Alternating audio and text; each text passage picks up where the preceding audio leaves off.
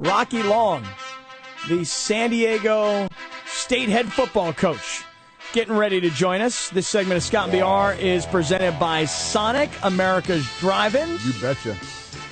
Billy Ray. All right, Rocco. All right, Rocco. All right, Rocco. Big game for San Diego State Saturday night.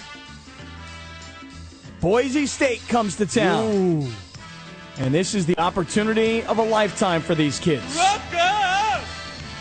Rocky Long standing by on the Corky's Hotline on San Diego Sports Leader XX1090. Hi, Coach. Morning, guys. How are you? Coach, we are outstanding, but you sound like you're ready to go right now. I'm ready to go every day. Love that. First thing in the morning. Well, yeah. Yes, I mean, when you get old, you can't sleep anyway, so you get up and do something. Yeah? So what do you do? Coach, what time are you in the office? I'm usually here by 6:30. Really? What time you wake up?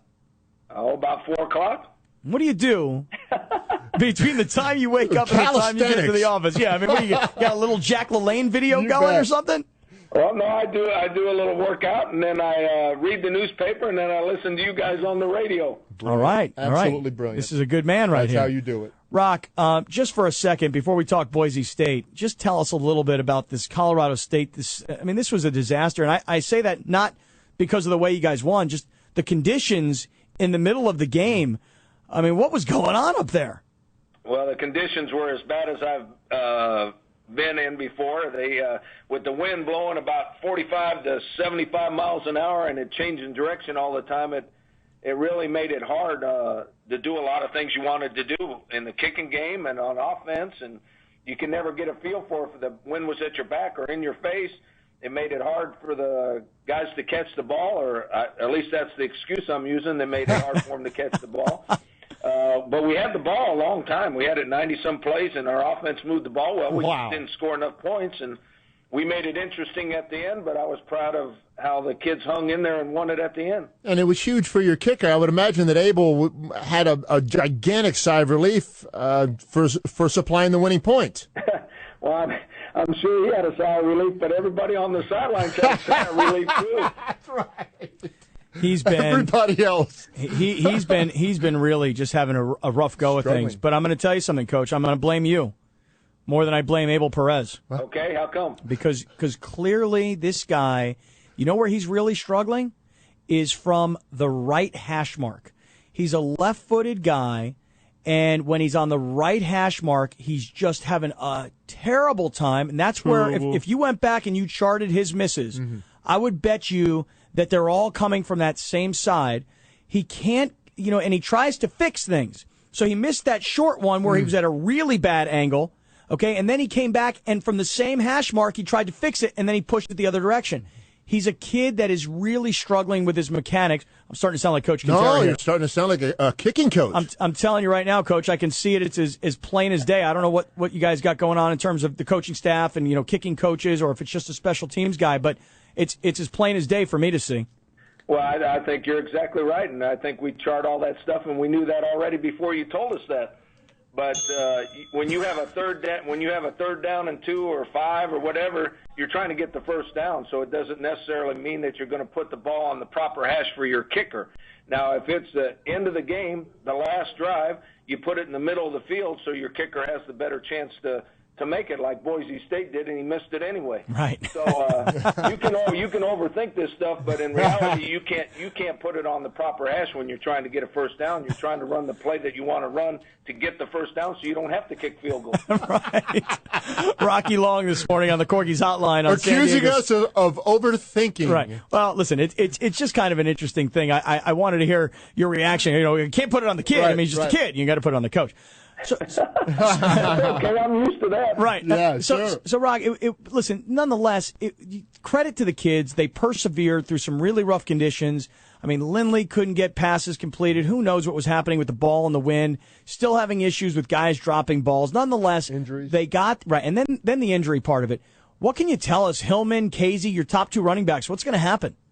Well, Walter Casey is done for the year. He tore his ACL. Yeah, I saw that. That was bad. Ronnie has a high ankle sprain, so there's no telling if he's going to be able to play this weekend or not. I mean, hopefully, you always hope that it'll respond to treatment and he'll be ready to go.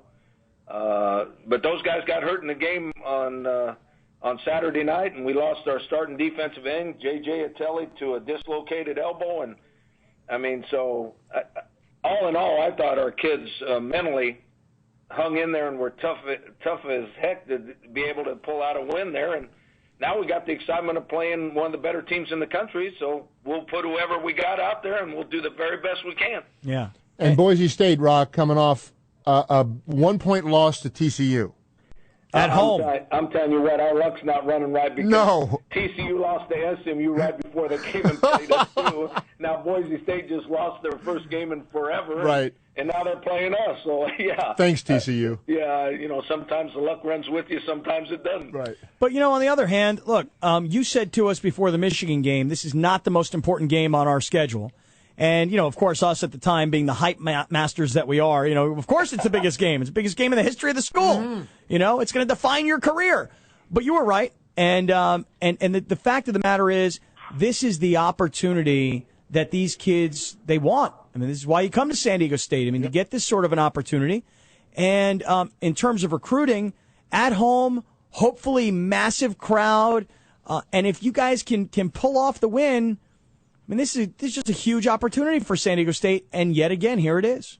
Oh, I know. I agree with you. It's a great opportunity because they're a great football team. And we'll be big-time underdogs, but we're playing them at home. I think our players will be excited about playing them, and I think we'll play a good game. But, hopefully somewhere down the road we're going to get to the point that we treat every game the same, and then you're a much more consistent football team.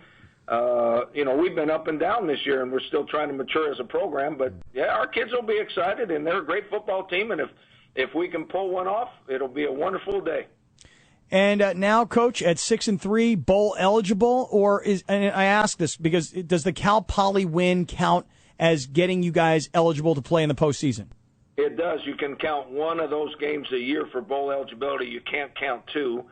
But the way our league is shaking out, I think that we got to win another one or two more to make sure we're in a bowl game, because there's a chance that we'll have 5 bowl eligible teams and only 4 bowls to go to. Right. We'll just win 3 then. That'd be a good idea. What the heck? But we got to win this one first. Right. Well, I'll tell you what, with Hillman and the national publicity that he's starting to get because of the numbers that he's put up, and with a win over Boise State, this could change everything. I mean, in terms of, you talk about bowl eligibility, you could go from, some second-tier, pre-Christmas sort of bowl to a really nice bowl game. No, it would make a huge difference to, beat Boise in our. Of course, then if you win the rest of them, you end up with 9-3 records. So you have kind of your choice of bowls. If you end up with a 6-6 record, you're begging for someone to take you. Right, exactly right. Well, Coach, we'll see you on Saturday night. Going to be a very exciting game, and hopefully the fans will come out and support this team and create a great home field advantage for San Diego State. That's what we're hoping. I appreciate it, guys. Thanks. All right, pleasure, Rocky, Rock. thank Thank you very much.